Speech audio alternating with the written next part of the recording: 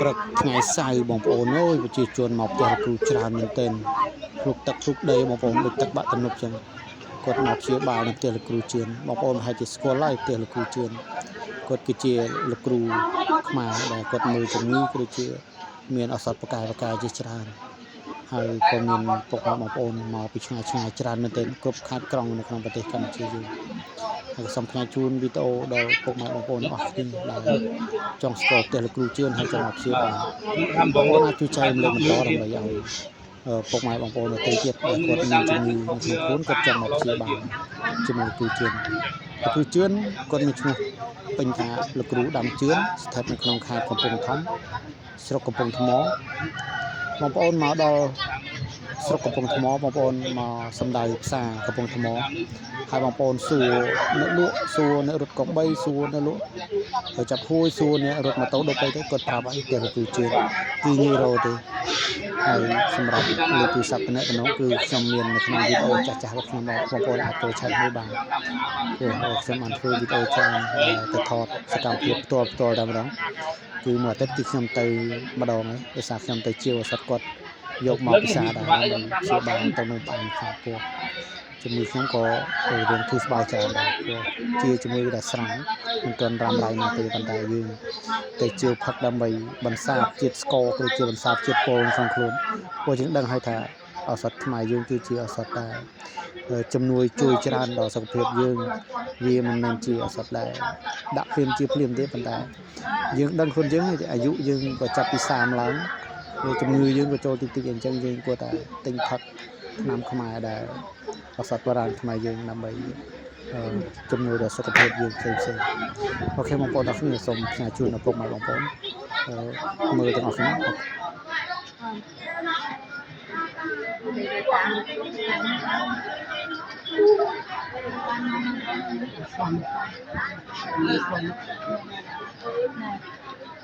មកហើយអញ្ចឹងតទ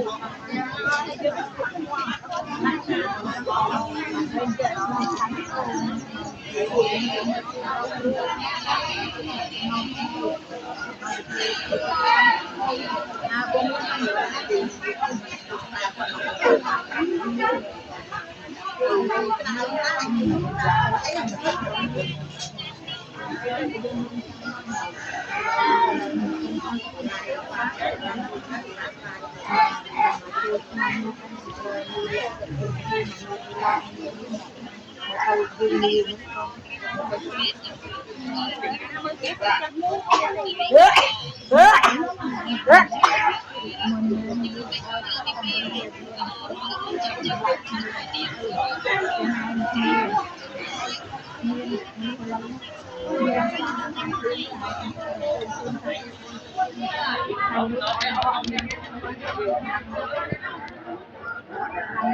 យ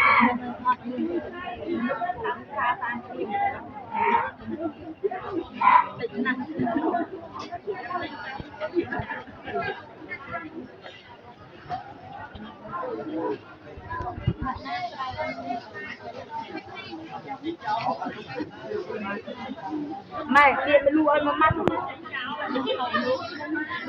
មគាត់ថាពោមក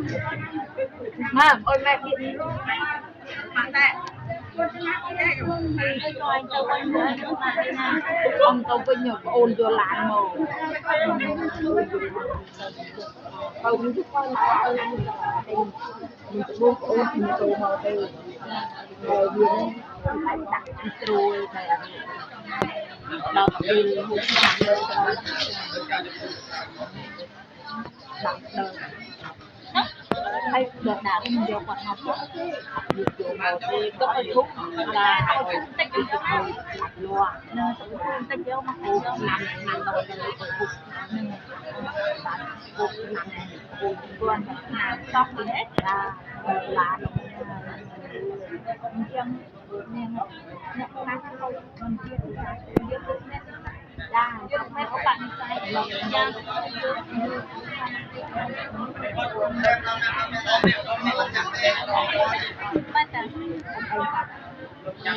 cô đi rồi có đầy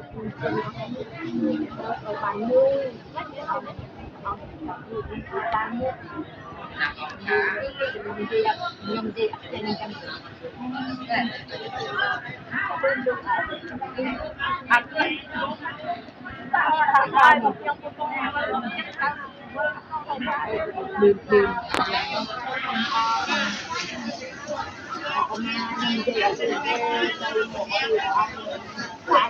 tay kia đây đây mình đây đây là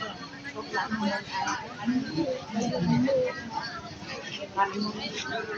đấy mình phải làm mai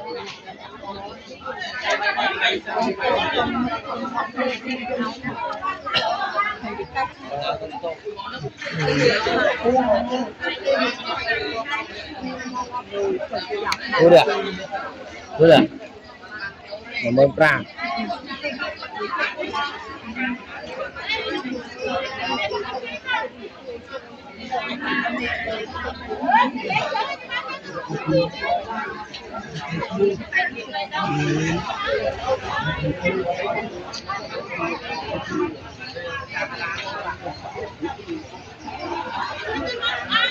Aduh.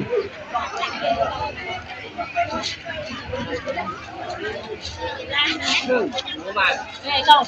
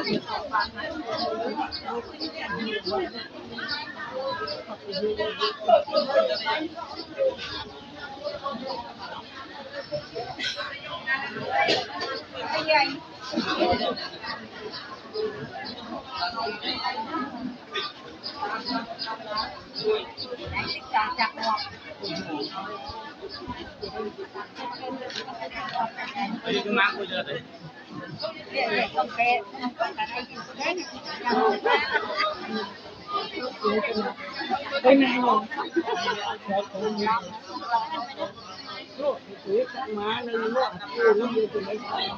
đến nhà nó chua cái cục đừng nói.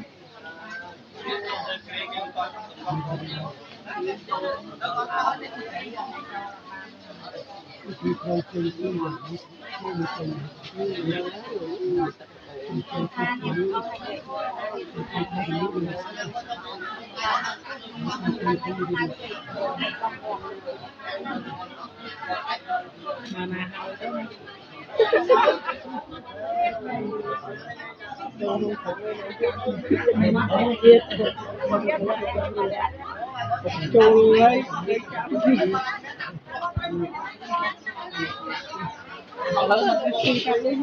gì mà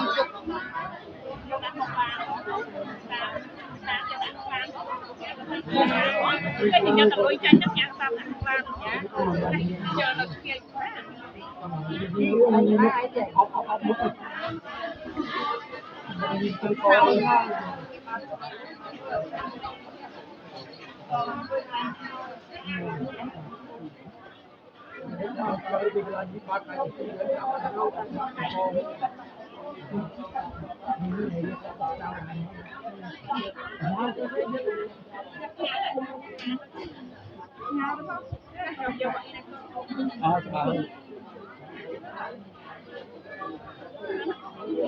Kamu.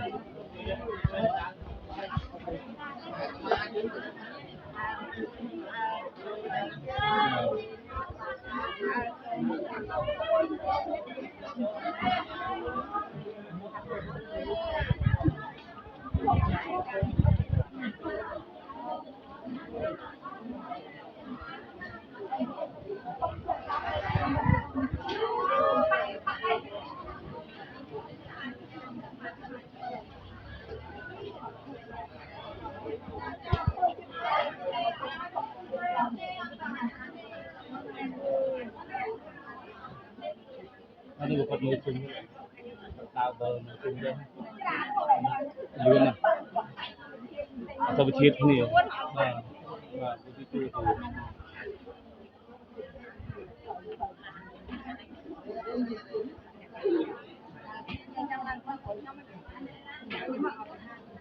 nó tập bài bằng hình không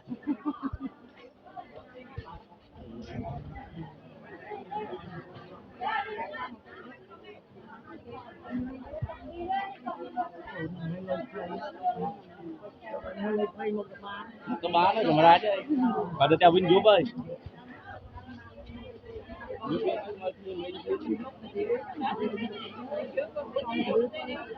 đừng mình đã giúp má mang tầm bay phải ra mang cuốn thôi mang bay chiên bây giờ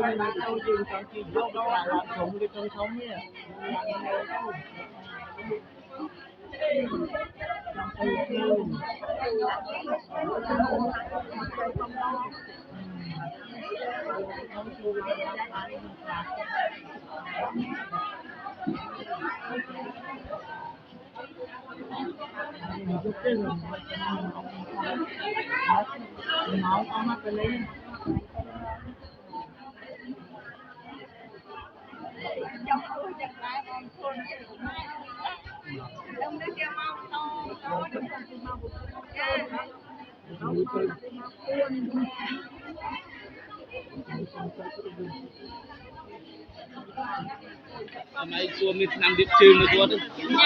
ôn mày xua ra vì cái láng điệp trừ thở ớt mà chia trăm tinh mà pro một tuốt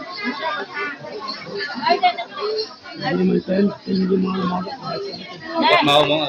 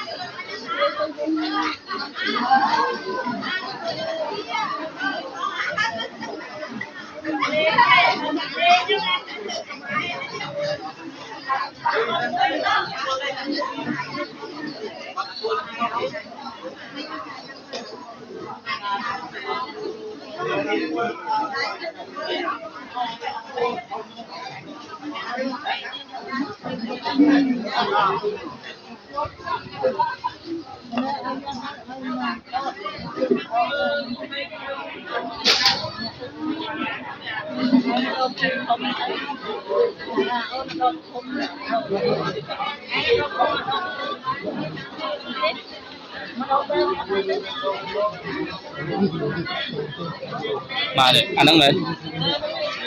mà mờ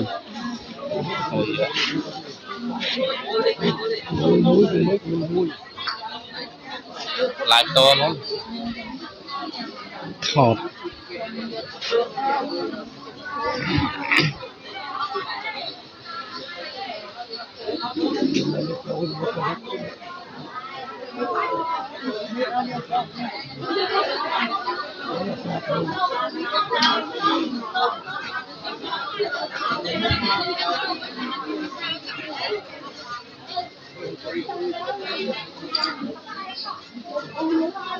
đây là thời tiết làm gì vật tốt mới đi luôn mìnhดูnhư thế thời tiết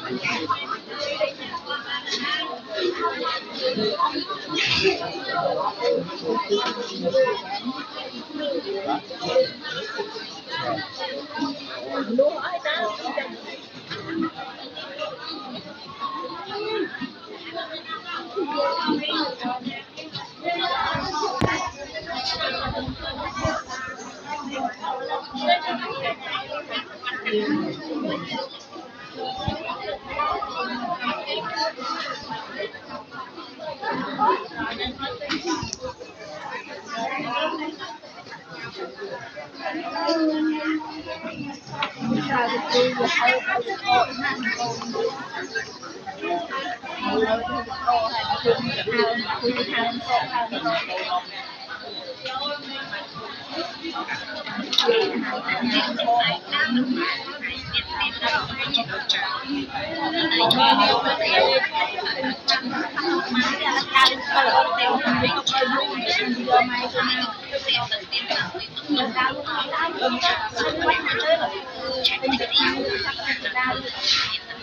hay tôi thao mai cũng qua tôi được làm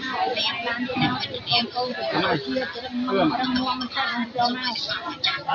nó không nhiều tôi qua đi